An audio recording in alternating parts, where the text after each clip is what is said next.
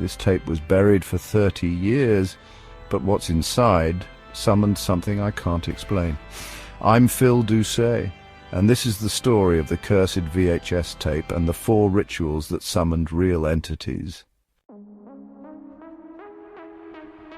Our first story takes us back to 1992, where a family vanished from their home under mysterious circumstances.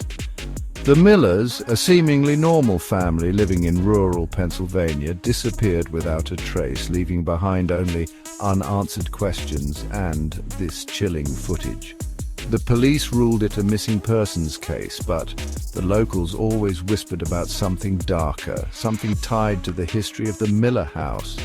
You see, the house was built on the grounds of what used to be Cranbrook Asylum, a mental institution that burned down in a horrific fire back in 1887.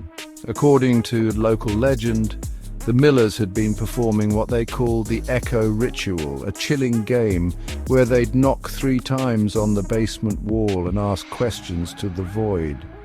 They believed they were communicating with the spirits trapped within the walls, remnants of the asylum's tragic past. In this footage, we see the family gathered in the basement, huddled around a blank wall. They knock 3 times, the sound echoing through the empty basement, and then they ask their question, "Can you show yourself?" The footage gets grainy here, distorted by what I can only assume is electromagnetic interference. A shadowy figure begins to materialize in the corner of the frame, barely perceptible at first. The police report mentioned unexplainable scratch marks on the ceiling, but never connected it to the family's disappearance. This is why you should never ask to see what's hiding in your walls. Our next story takes us back to Halloween night, 1988. 16-year-old Amber Davis thought it would be fun to capture the spooky spirit of Halloween by filming herself performing a ritual she found online. They called it the Midnight Mirror Ritual. The rules of the ritual were simple: stand in a darkened room, candlelight flickering, and stare into a mirror for exactly 60 seconds while chanting a phrase. Then, turn off the lights for 3 minutes. Don't move, don't speak, and whatever you do, don't touch the mirror. In the footage we see Amber, all youthful bravado and nervous laughter, as she prepares for the ritual. She lights a candle, its flame casting dancing shadows on the walls, and positions the camera.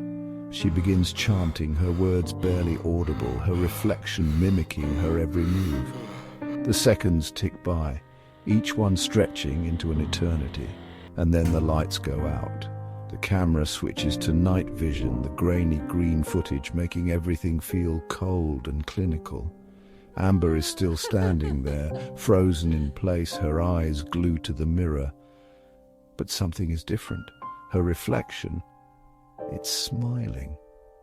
A slow, creepy smile that spreads across its face like a crack in a porcelain doll. The reflection raises its hand, its fingers long and skeletal, and presses it against the surface of the mirror.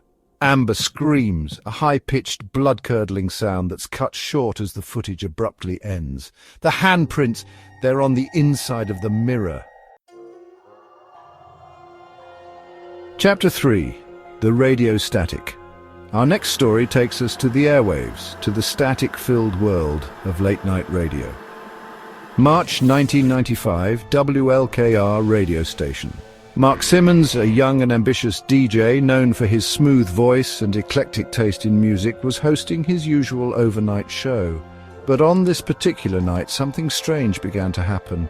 Mark started hearing voices in the static, whispers, murmurs, faint voices calling out from the depths of the airwaves. At first, he dismissed it as fatigue, the byproduct of too many late nights and lukewarm coffee.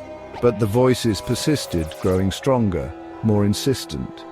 The station manager, a skeptical man who scoffed at anything remotely paranormal, installed a security camera in the studio.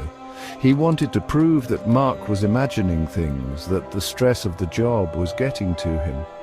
But what the camera captured that night was far more disturbing than anyone could have imagined. According to my research, the WLKR studio was built on the site of a former telegram station. Back in the 1800s, operators claimed to receive strange messages, garbled transmissions that seemed to originate from, well, let's just say they weren't your typical senders. Mark, being the curious sort, dug into the station's history. He discovered that if you tuned to a specific frequency at exactly 3:33 a.m. and left the microphone on for precisely 333 seconds, the static would coalesce into words. In the footage, we see Mark setting up his equipment, his face illuminated by the eerie glow of the mixing board. The audio kicks in, a cacophony of white noise and distorted frequencies, and then, beneath the static, we hear them, voices, whispering, chanting, calling out from the void. Mark's face contorts in terror. This was Mark's last broadcast. The official report says he suffered a fatal heart attack, dead at 28, with no prior health issues. The voices, they weren't random, they were speaking directly to Mark. Chapter 4. The Backyard Ritual. Our final story takes us to a seemingly innocent setting, a backyard barbecue on a sunny 4th of July. The year is 1990. The footage starts off innocently enough. Kids are running around, adults are chatting and grilling hot dogs, patriotic music playing in the background. But something about this footage felt off. What caught my attention wasn't the adults. It was what the children were doing in the background. 5 children, all under the age of 10, are huddled together in the corner of the yard. They're whispering to each other, their faces illuminated by the flickering light of the grill. They're too far away to make out what they're saying, but their body language speaks volumes. They're serious, focused, their movements precise and deliberate. Zoom in on the children. They're playing what locals called the summoning game. The rules of the game were simple. Draw a circle on the ground, place personal items in the center, and chant a specific phrase 7 times. It was a ritual passed down through generations, a way for children to connect with the spirit world. The enhanced audio of the children's chanting becomes clearer. It is distorted, but you can make out the words, "We call to you from beyond the veil. Open your eyes and enter our world." Their voices, usually high-pitched and playful, are low, almost monotone, as if they're in a trance. After the barbecue, all 5 children began experiencing the same recurring nightmare. They described it as a shadowy figure, tall and skeletal, with long, sharp fingers and eyes that glowed red in the darkness. The figure would stand at the foot of their beds, watching them, whispering their names. But watch what happens in the background when no one is looking. In the tree line behind the children, a dark shape emerges from the woods. Freeze frame and enhance the shape in the trees. Notice its shape, its lack of distinct features. It's like a void in the shape of a human, a walking shadow. And here's the truly unsettling part. In each frame, it's getting closer to the children.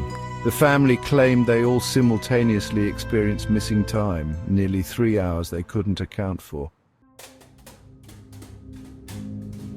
These 4 rituals, as different as they may seem, share a common thread. They all create a bridge between our world and something else. The whispering wall, the mirror game, the radio static, and the backyard ritual, all documented cases that officials tried to explain away. They called them hoaxes, accidents, mental breakdowns. But I know better. I've spent years collecting this footage, piecing together what happened to these people. And the more I investigate, the more I find similar patterns throughout history. It's like there's a blueprint, a set of instructions for contacting something that's been passed down through generations. But here's what keeps me up at night. These aren't just random events, they're connected. The timestamps, the locations, they form a pattern I'm still trying to understand. If you've ever tried any ritual like these or experienced something you can't explain, you're not alone. But remember, some doors, once opened, can never be